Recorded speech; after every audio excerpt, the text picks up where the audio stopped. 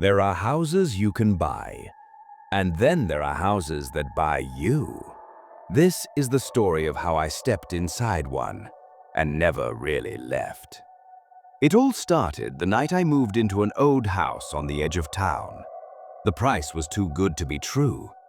A wide place surrounded by trees, silent, isolated. Perfect. Or so I thought. From the very first step inside, something felt wrong. The air was heavy. The walls creaked in ways that didn't sound natural. It was almost like the house was breathing, watching me. That night I couldn't sleep. Above me I heard footsteps. Slow, careful. One step, then silence. Another step, then whispers, faint and broken. I told myself it was nothing, just old wood. But deep down, I knew. Days passed and I began exploring the place. In the basement, I found old wooden crates. Something about them felt off. The moment I touched the first one, the air turned ice cold. Inside were broken mirrors, cracked dolls with twisted faces, and yellow pages covered in strange symbols. The writing looked like it had been done with a shaking hand, and from that moment, the house began to change. Chairs scraped across the floor when no one was near them. Doors opened slowly, inch by inch. The lights flickered, then went out, leaving me in complete darkness. One night, the TV in the living room switched on by itself.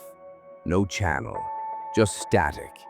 And then, a face appeared in the static. Pale, expressionless, staring right at me.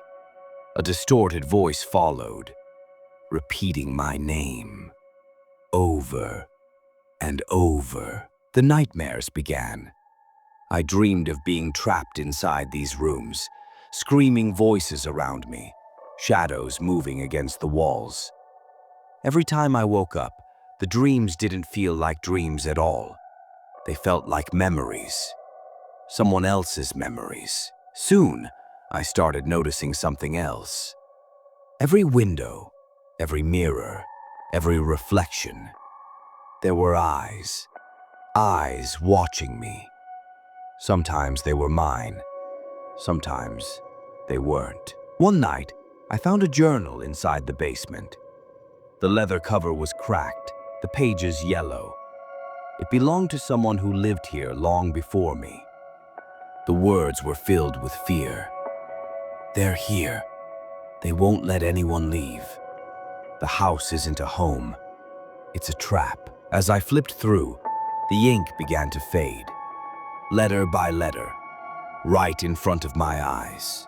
And then the whispers started again.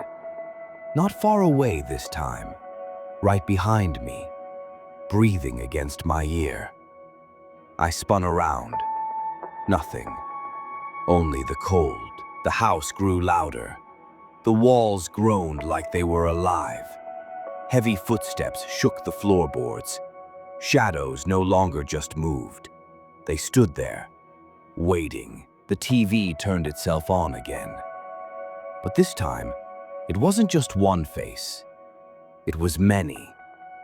Dozens of broken faces staring through the screen, screaming in unison. Their voices were a chorus of pain, and then I understood. The house wasn't haunted. It was hungry. It fed on those who entered. It kept them inside, trapped forever, their souls screaming through mirrors, through glass, through the static. I tried to run. I swear I tried. But every time I reached the front door, it slammed shut. Every hallway led me back to the same room, the same TV, the same faces screaming. I reached out, just once, and the screen pulled me in. Silence. I don't know if I'm alive.